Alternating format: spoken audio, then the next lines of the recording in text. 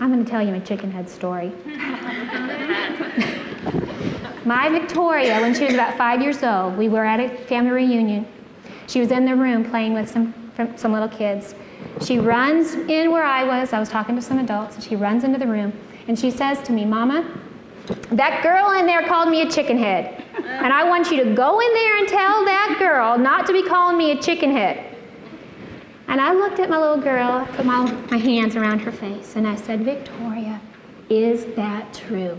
Are you a chicken head? And she looks up at me and she says, no. And I said, what does Jesus say about you, Victoria? And she said, he says that I'm wonderful and precious and beautiful. I said, that's right, Victoria. That's what Jesus says about you, so it doesn't matter what that little girl says. What matters is what Jesus says. I said, we have a choice, Victoria. We have a choice to make. Are we going to believe that little girl? Are we going to believe Jesus? And she looks up at me and she goes, I'm going to believe Jesus. And I said, that's good, honey. Then it doesn't matter what that little girl said. You can go back and play in that little room and have fun, because that doesn't have to touch you. It doesn't have to affect you, because you are beautiful. You are wonderful. So she just, it's like the good news. Anybody who hears good news, guess what it does to their heart? Makes them happy. She runs in there to play.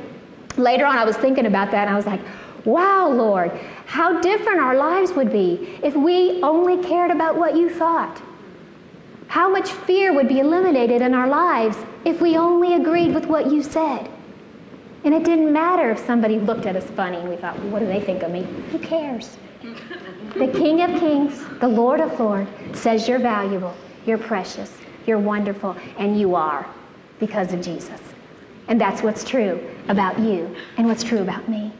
And I can live free from fear because of it. Isn't that good?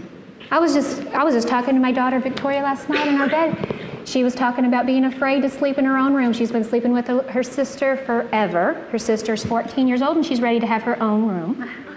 And so I've been talking to Victoria about being in her own room, and occasionally she does, but then in the middle of the night she'll come and say, Susie, can I sleep with you? Okay, so we've been going through this and going through this. Well, last night we were in the bed, and Victoria said to me, she said, Mom, I don't want to be scared anymore.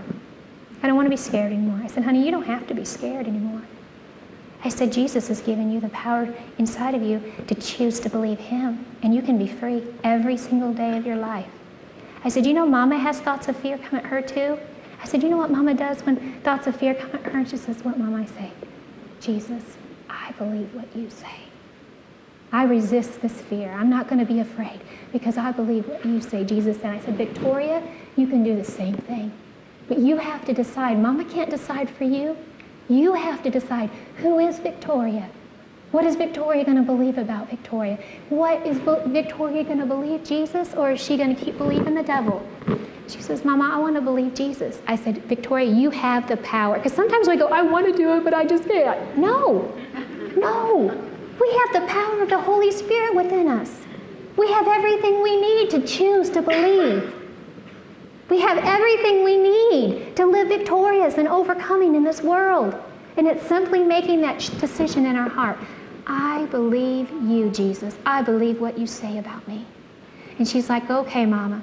She said, pray with me. And I said, okay. So I prayed with her and I said, Lord, I thank you that you have given Victoria the power to choose to believe that she is protected by you and that she does not have to be afraid. So anyhow, she goes up and she gets in bed, and this morning she comes down. She says, Mom, I stayed in my room all night long. I said, that is wonderful, honey.